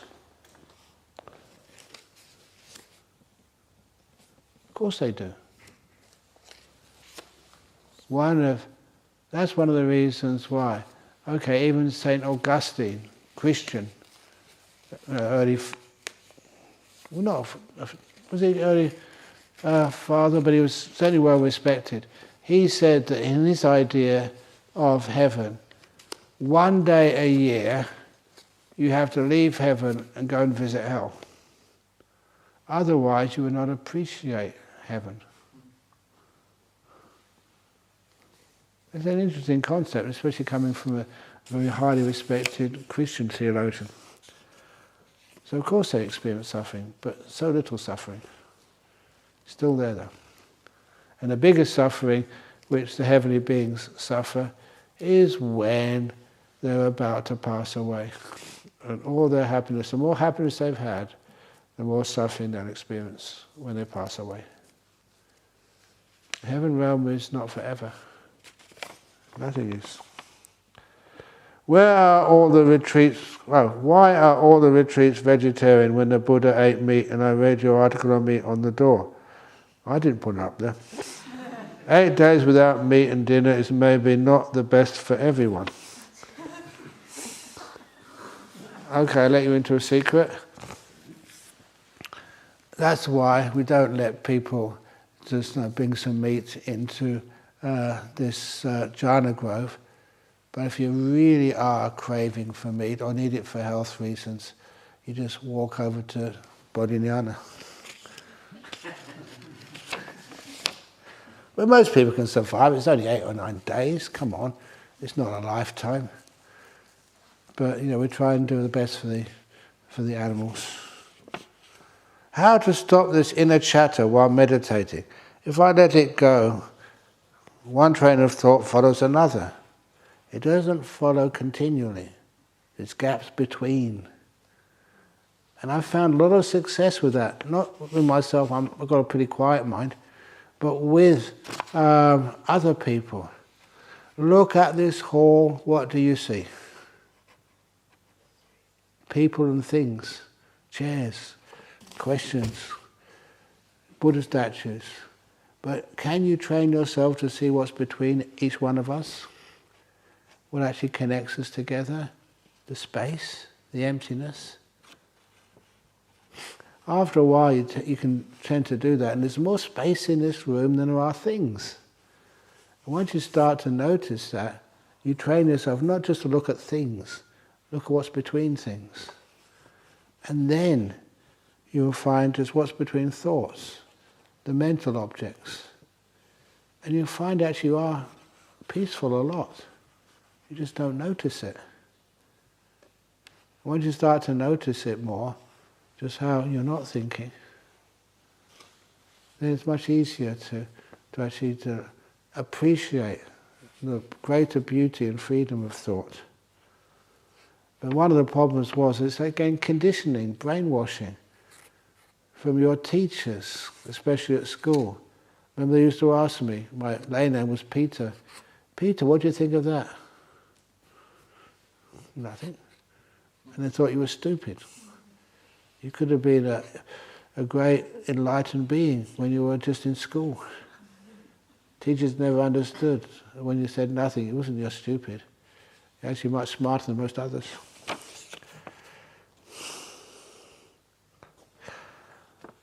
If I try to keep focus on the breath now and avoid going into the past and future, then it is by use of force, which, that doesn't work. You can't sustain that.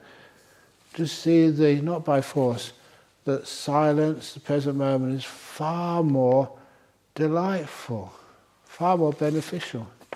It feels much better. Everything in life happens because of causes and conditions. So when my boss makes serious false allegations against me, and other than tackling the problem practically, rather than blaming people involved, can I assume that some bad karma of mine has ripened, has resulted in this vipaka because certain conditions and causes came together? You can do that. But sometimes it's best actually to complain to the HR department in your company. So your boss doesn't do that too many times. But that happened when I was teaching in Carnet Prison Farm. When I was teaching over there, one of the prisoners said, I really need to talk to you. And I said, okay, I can spend an extra 5 or 10 minutes. What's the problem? He said, he's been put in jail and sentenced for something he didn't do. That happens, forced imprisonment. And I also know, because I was visiting in prison so many times, that you don't have much remedy when you've been in prison forcefully. So I thought, I'm a monk, but I've got to be compassionate. So surely I can get some pro bono advice and get his case reopened. And when I was thinking of who I can call, that's when he interrupted me and he smiled really cheekily and he said, but Ajahn Brahm, when I told you it was true, I've been put in jail for something I didn't do. But I've done so many other robberies where I haven't been caught. I guess this is fair.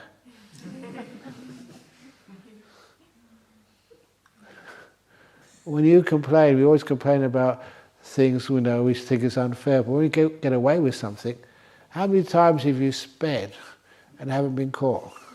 That's really unfair, isn't it? You never think like that. So there's some truth to that. Can we have holy water blessing at the end of the retreat? If you want, I can do that for you. But if you do, you come up here.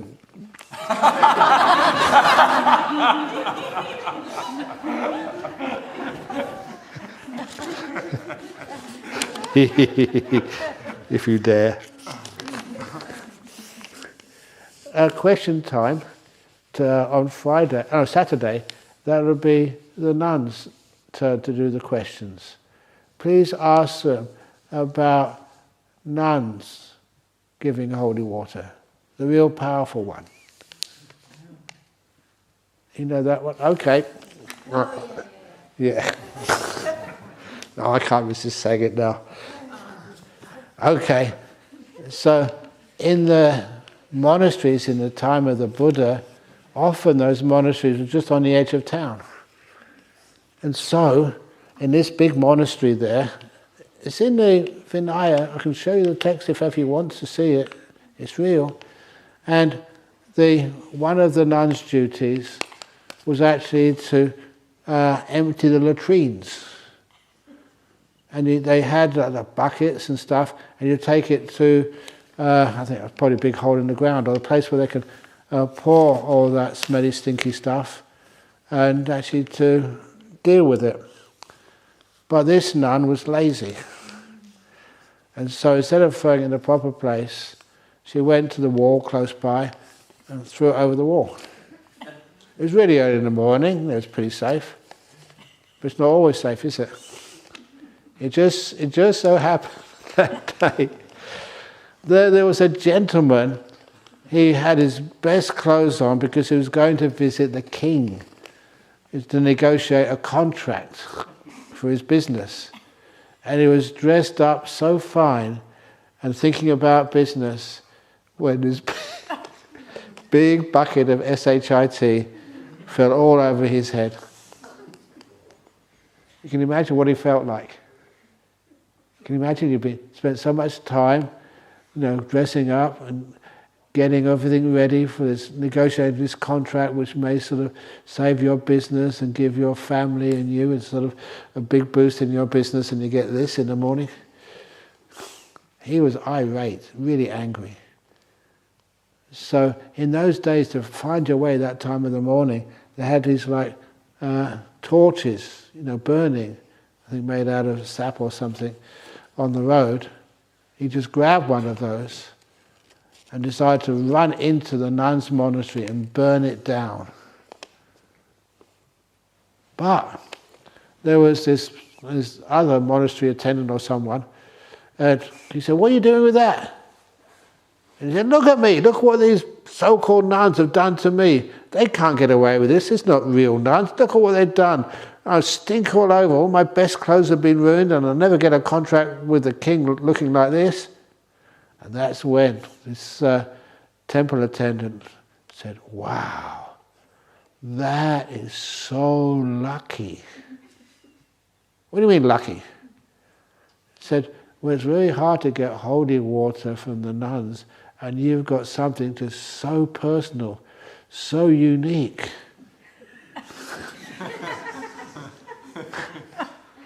Some people are actually very credible, gullible, you might say, and he actually believed in that.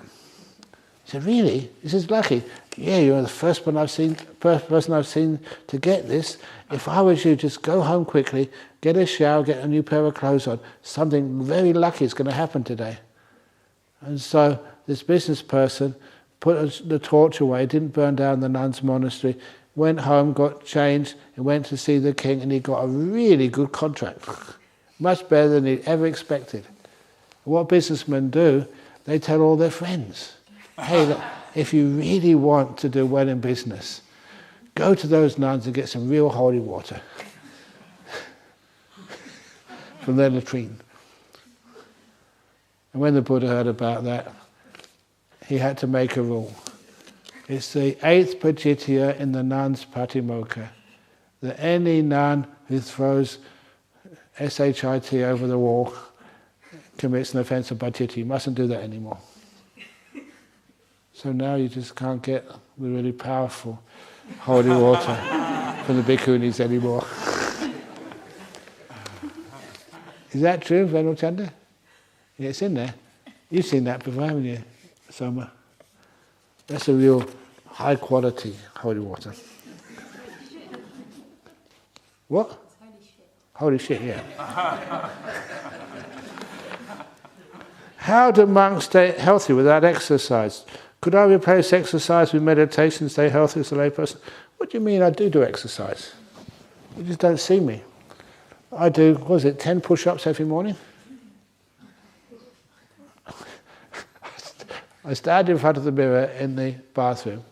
1, 2, 3, 4, 5, 6, 7, 8, 9, 10. It's my 10 push-ups. Ajahn Brahm, my intuition and others I speak to feel there is a massive shift in global consciousness taking place, and that this is what the Mayan calendar predicted. I think that's supposed to predict a few years ago. It was supposed to happen. Not the end of the world, but the end of the old egoic state of being. And we're entering the golden age. What are your thoughts and feelings of this? It'd be great if it happens. But some of the signs say, some of the things which you see with the leaders, and the leaders are only there, leaders only have the power which people give them. Why do people give power to ridiculous people? Hi Ajahn, wondering if you can help me understand a confusing dichotomy. I dislike people generally and am annoyed to be part of the human race, which I consider a destructive parasite destroying Earth. Even at this retreat, within all these good people, I find myself judging them harshly. No, don't laugh, it's just a good thing. Yet when working as a paramedic, I have infinite compassion and care for my patients. What's with that? How can I develop compassion and kindness to healthy people?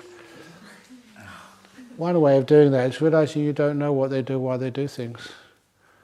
And one of the best ways to improve people is not with judgment, but with kindness. In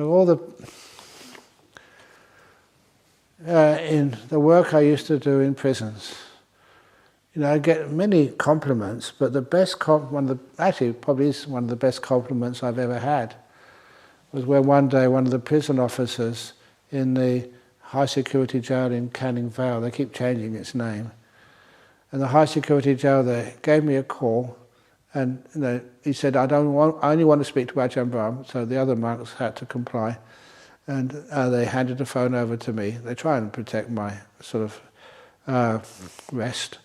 So they handed the phone to me, and it said, I'm a prison officer at this jail, senior prison officer. I'm going to retire in a month or two. This is one of the things on my bucket list to do. I want you to come back to our jail to teach whatever you teach. I said, why? And I said, I'll send one of the other monks. He said, no, just you. And I asked, why? I was honest. And he said, this wonderful compliment, he said, I'm not a Buddhist, but I've been in this prison service all my career. And I've noticed a unique thing. Every prisoner who comes to your class never comes back again. Once they're released, there's zero recidivism. I don't know why, but I want you to do it again. Imagine you get a compliment like that on the phone. They're not asking you for anything. They're just saying, this is what I've seen. We really want you to come back. And sometimes, why? The Canning Vale jail, they had some very notorious prisoners in there. And it was very violent. That was the place where, when I went there to teach one day, I was given a biro pen. I said, what's this for? He said, it's not a pen. It has got an ink thing in the bottom. You can actually write something. But it's a security alarm. I know this is an all-male prison, but that doesn't matter to these prisoners. They'll rape anyone. And they meant that. He said, if ever you get assaulted, take out the pen. All those little, it looks like fire alarms on the ceiling. Point it at one of those, press a button, we know where you are, and we'll come and get you straight away and save you. But don't tell anyone. Put it in your pocket. And that's what I told these people on the place where you have to register to get in. I've got no pocket. I'm a monk. What do I need a pocket for? And I said, I'll just hold it. So I was holding it, and when I went into my class, the first thing the prisoners said was, "Oh, you've got one of those too, have you? One of those rape alarms." They all knew what was going on. They can't keep any secrets inside jail. And so, one of them, he was actually like a disciple, a friend. But he was one of the leaders of the gangs in the jail. And he was really big and strong and had scars all over him. And I remember him looking at me and said, "Brahm, do you think you could even press the top of that button before I held you down and raped you?" He was serious. I said, "No, you're probably way too fast." He said, "Yeah, I am." A lot of these prisoners have got nothing to lose. And so, but he said, "Don't worry, because people in this jail like you." And he said, "If any of the people in the back who don't know you that well tried anything, 3 or 4 of us who've been coming to your classes for such a long time, we will get them first. You're perfectly safe in this class." He meant that. Imagine how that feels. That these people are going to... So I never felt any fear at all in that jail. Such nice people. You know why? Because all the time I visited that jail, I never once saw a criminal. Never once saw a rapist. Never once saw a murderer. Never once saw a thief. Never once saw a fraud. All I saw was people. There was a person who had done that terrible act, who blew up that building. There were people first, and the reason why they're in jail was second. When you can do that, the people themselves could see that. Even, I don't know if he's still in there, but about 6 months ago there was one of the prisoners over in Carnet prison farm. One of the monks had given him a copy of my book, Opening the Door of Your Heart. And he said, one of the stories in there, the 2 bad bricks in the wall. Apparently he got the message and he was going around saying, "It was only 2 murders, it doesn't make me a murderer." Sadhu, sadhu, sadhu. When he goes out of jail, he won't murder anymore. He's not a murderer. He's a guy who made 2 big mistakes. But it doesn't make you a murderer, does it? Are you okay? Can I do a couple more questions? Because I've made a dent in these. There's not that many left. I'm getting, but I'll just do a couple more. Is that okay? Okay. I'll try and be quick. But that story like that was really inspiring, so I like sharing it. Are the Nimittas, the mind consciousness, and the mind consciousness reborn? No, it's just a mind consciousness. Also, I heard our chanting replay in my head today. Does sound live in the hearing sense consciousness. If it may sound live, but if it's not actually happening, it's just, it's made an impression in you, and you can turn to it and you can hear it as if it was happening. Sometimes when I get quite deep in meditation and my body begins to dissolve, I get a sudden falling sensation and it pulls me out of my meditation. Is this sensation a result of the release of the illusionary physical body? What can I do or not do to accept and allow this? Should I start skydiving lessons to get used to this? It's just the way the mind actually perceives that you're going deeper into something. So it's not falling, you won't have any injuries or any sort of bumps on your head afterwards. It's just the perception is presenting this to you as if it was real. So what I would do is just carry on sitting there and see what happens. I say that knowing that nothing will happen. You'll just go into a deeper state of meditation. Is astrology true? Do the stars determine our personalities, and what we should do at different times? I think I mentioned to you, somebody actually also told me the story of getting a horoscope. You know what I'm going to say, don't you? it's so hard to get something for a monk who doesn't want anything in the whole world, especially for birthday. So this lawyer came up to me and he said, I want to get you something for your birthday, and I think I've figured out something that no one else has offered you yet. And he never asked me, do I want it? He just presented it to me. He said, I found out the date of your birth, the time of your birth, the place of your birth, so I know the exact moment you came into this world, and I've paid a lot of money, I think a couple of thousand, for your horoscope, from one of the most renowned astrologers I could find. He said, may I read it out? And he was serious. He spent so much money, of course you might as well hear it. And so he started off, for someone born on the 7th of August 1951 at this time in this place, the coming year will be a wonderful year for romance. That was many years ago. They were wrong. So that's my experience with astrology. Can you please explain Mara on the Mara and the various realms and how they interact? That's really a big question, a long question. So I'll see if I can find something smaller. I have not been able to settle my mind for 5 days now, even after resting so much. Do you think my ADHD affects my ability to meditate? No.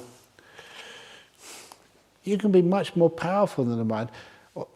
Please excuse me, I'm not a professional psychiatrist or psychologist, but I do know a bit about the mind.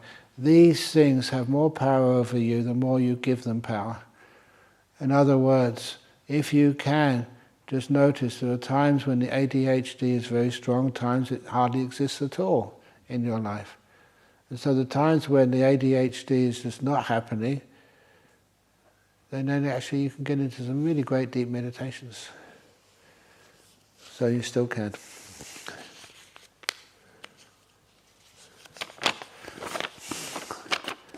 Why did the Buddha tell Ananda that the spiritual life would be shortened by 500 years after the introduction of the Bhikkhuni order? Does this ever happen? So did this ever cause you to worry about starting the nuns monastery here? Might therefore be a risk for BSWA's long-term future. Ooh, it sometimes seems that there is much less lay support and offerings to the nuns than the monks. Does this relate to what the Buddha said long ago, or to sexism?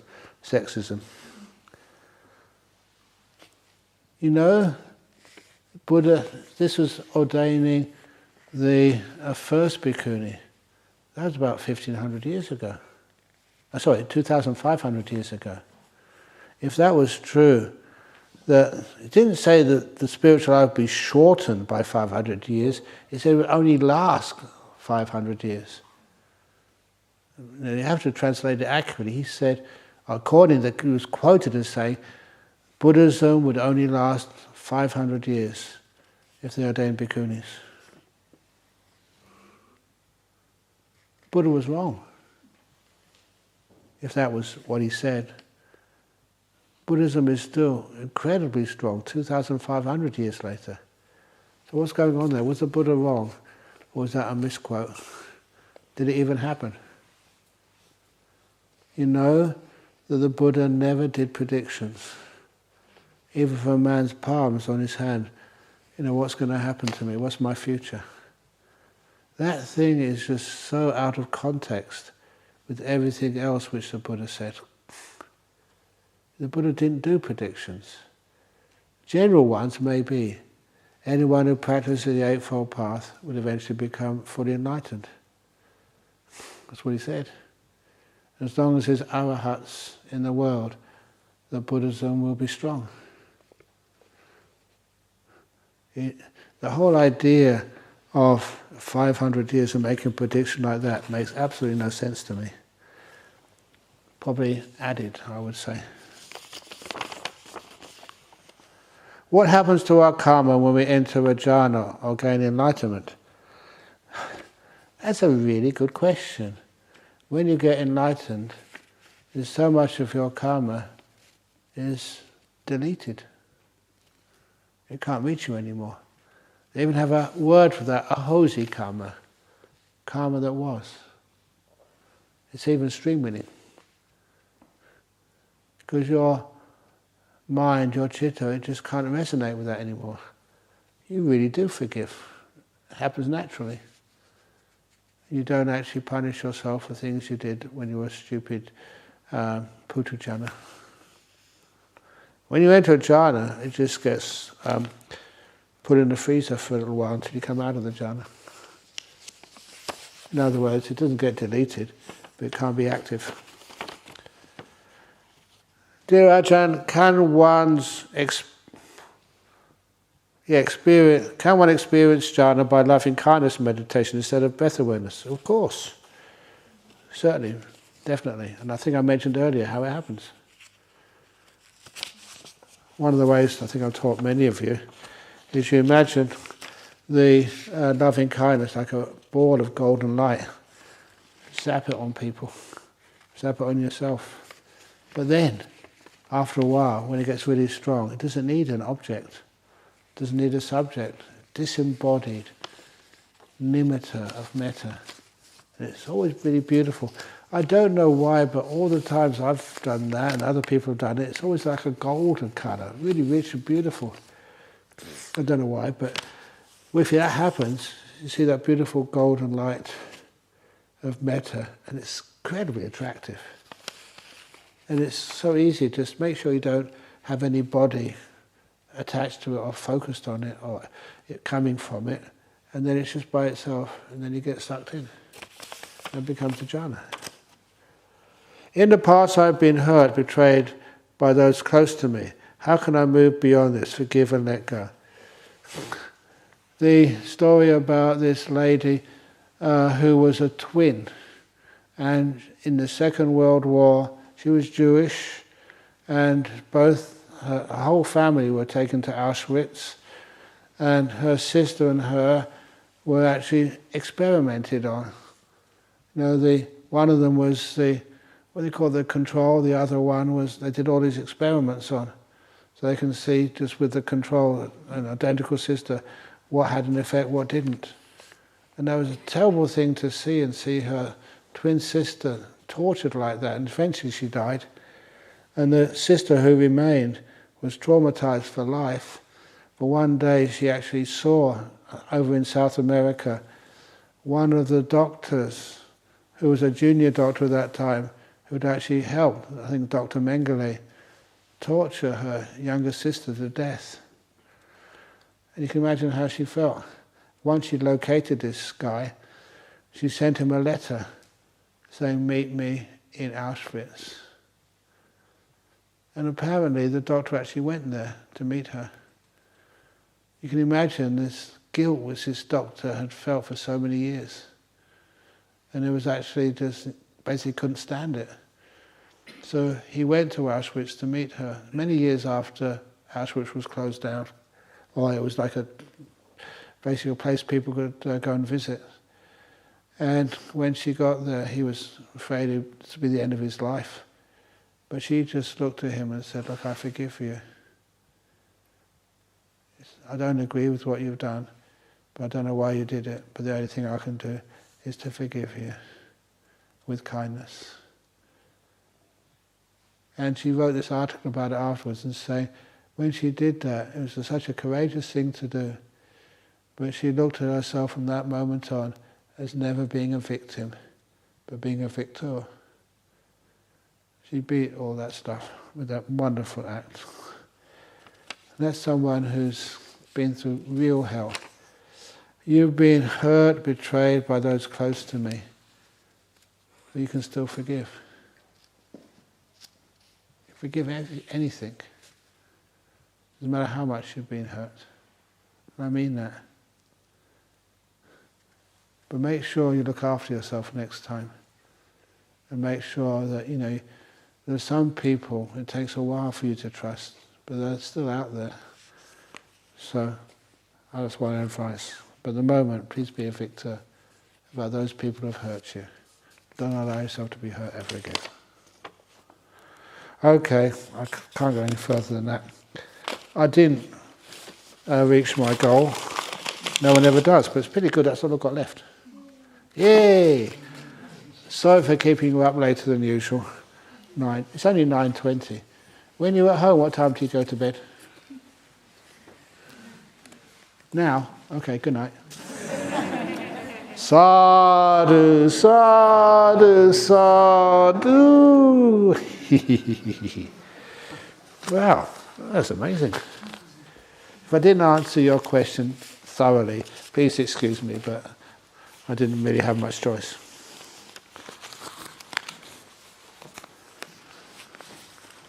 I've got another day to answer questions.